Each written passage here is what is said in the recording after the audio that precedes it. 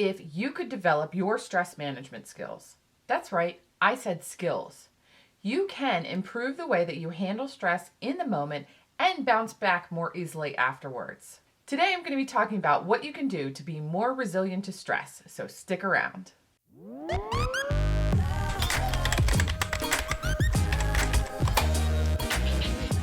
Hey everybody, I'm Jess of JessDickerson.com, and I'm a life coach helping you go from stress to success by giving you the tools to be more confident, more motivated, and less stressed. If you want to make sure you don't miss an episode, go ahead down and hit the subscribe button below. By the end of this video, you're going to have 4 ways that will help you improve the way that you handle stress so that you will be more resilient. What do I mean when I talk about being resilient? Stress resilience is simply how well you manage stress in the moment and how easily you bounce back afterwards. So let's talk for a second about what resilience is not. Resilience is not putting up with an abusive boss or a toxic relationship just because you're able to manage it. Just because you can doesn't mean you should. Now, I'm not saying you can always do something about the stressful people in your life. In fact, a small study showed that 75% of people cited coworkers as the biggest drain on their energy.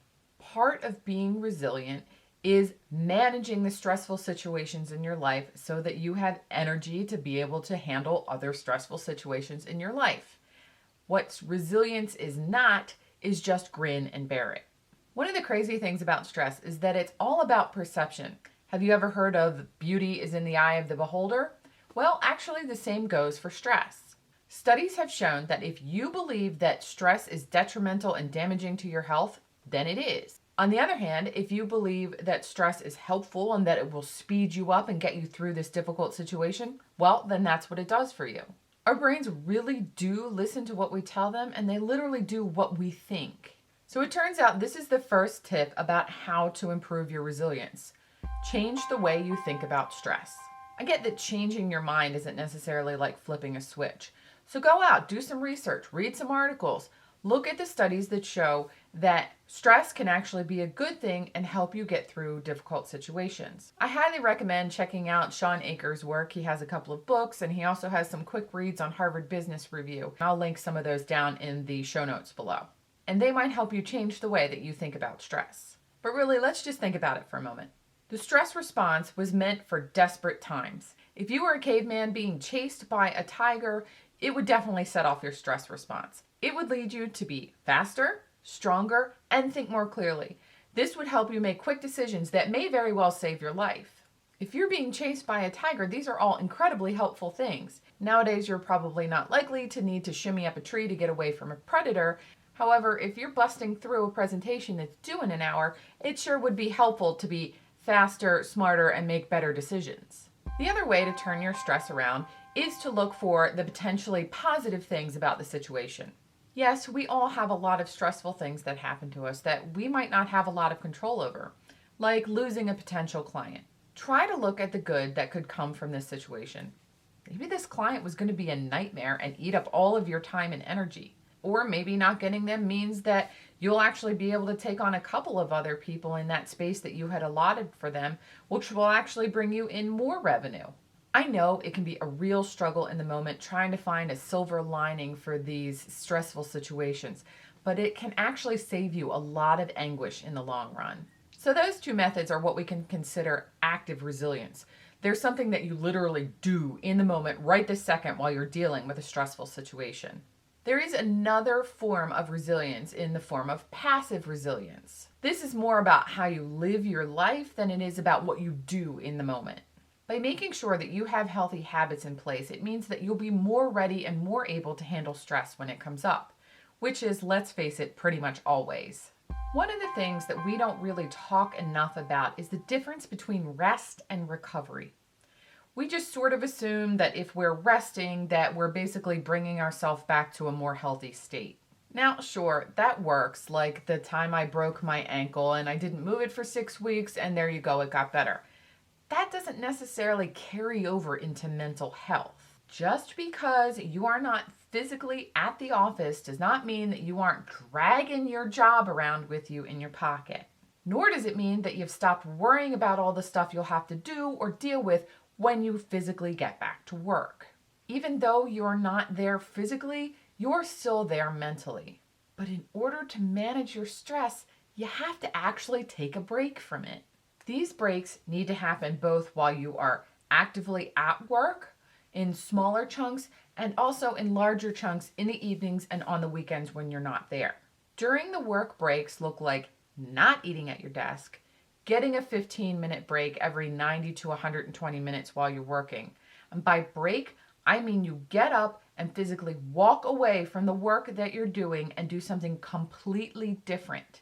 Preferably physical activity that gets you outside in the fresh air. The thing is, a lot of us think that a break consists of picking up your phone and scrolling social media, flipping over to YouTube, watching some cat videos.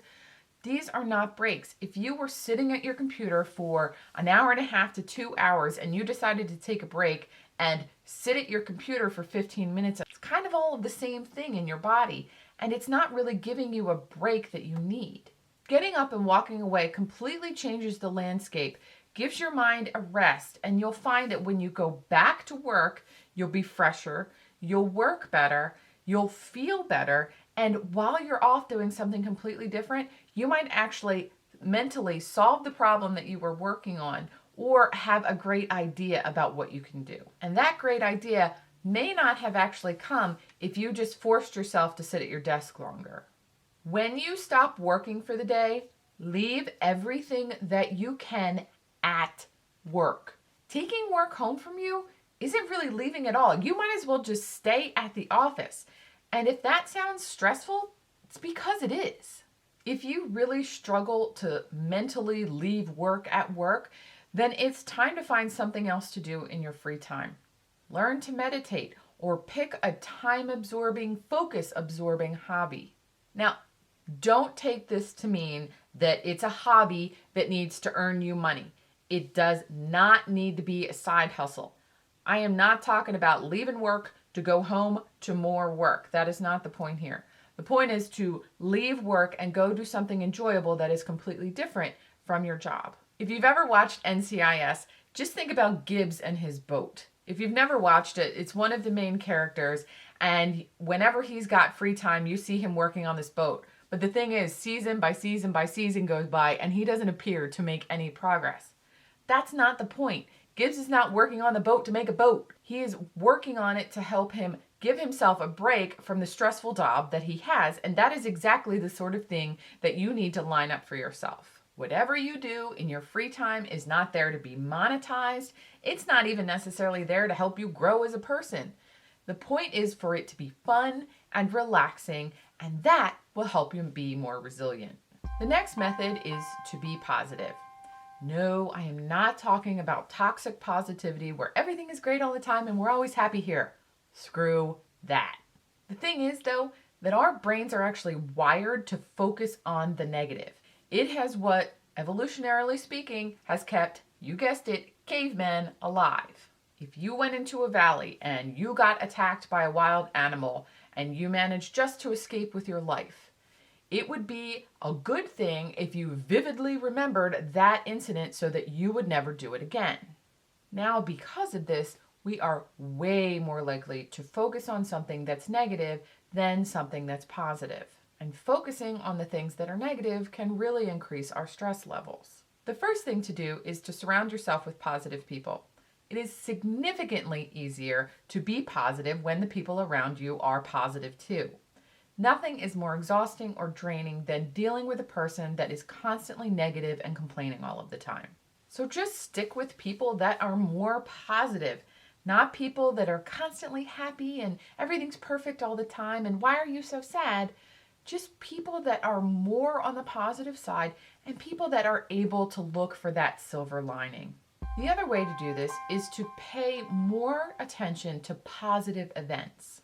It seems that one negative thing can really outweigh 5 positive things, so we need to bring more of our attention to those positive things. You can achieve this by starting a gratitude journal, or even better, actively thanking or writing thank you notes to the people that you're grateful for. Or you can keep a calendar and at the end of every day, write one good thing that happened to you in that day's box.